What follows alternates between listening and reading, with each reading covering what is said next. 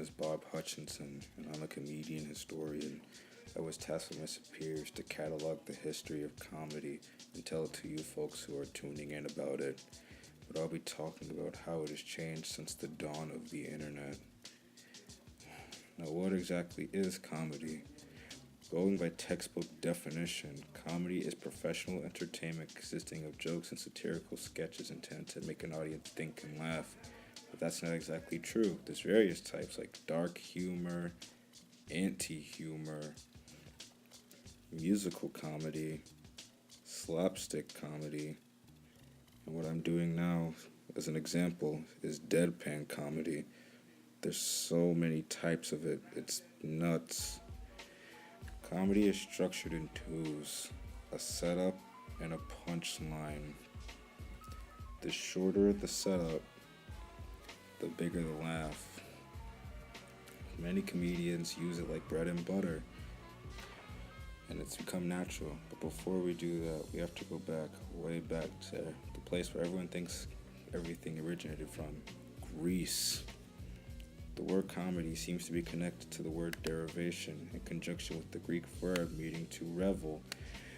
But comedy's roots began to emerge out of the revels associated from the trials of Dionysus, the god of wine and theater, which in hindsight makes a lot of sense if you're an alcoholic or Scotsman.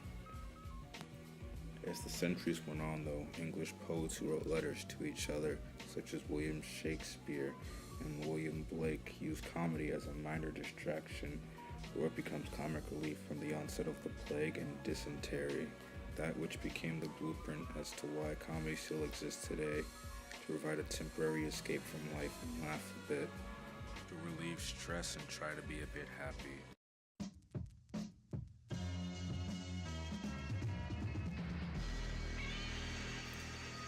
As time moves forward, so do people, and with new people comes new forms of comedy.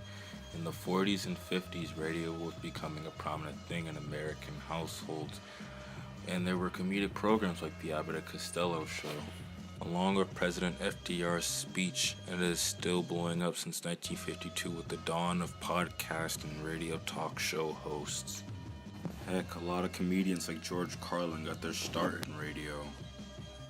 That is until video killed the radio star, and with the rising popularity of the colored television, and eventually the virtual insanity known as the internet.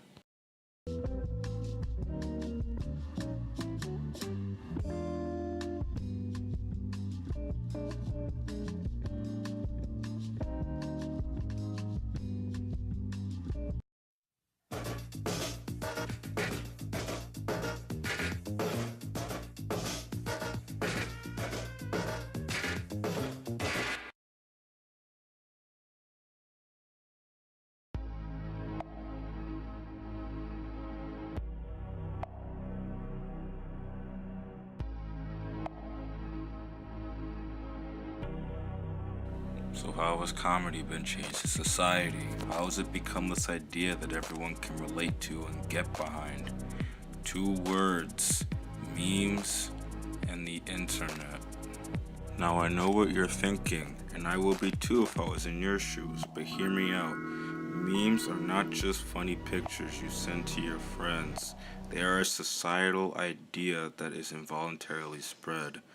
The word meme is a neologism coined by Richard Dawkins in his book The Selfish Gene to describe self-reproducing ideas.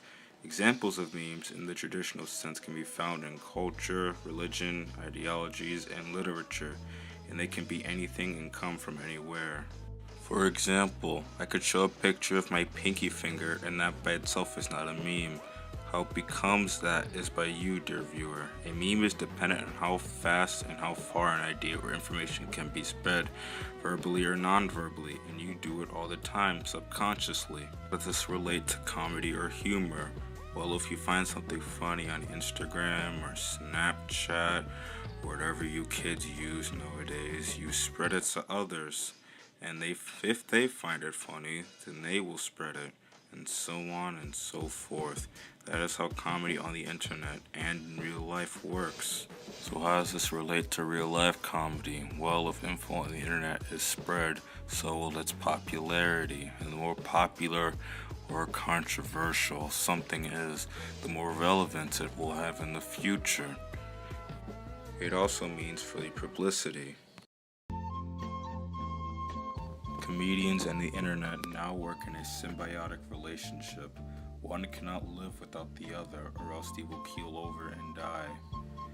Thank you for watching the video. I hope you learned something, and though you can't tell from the tone of my voice, I really enjoyed working on this.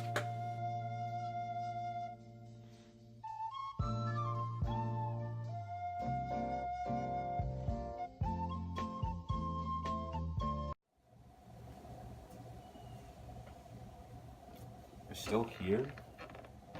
Go home. It's over.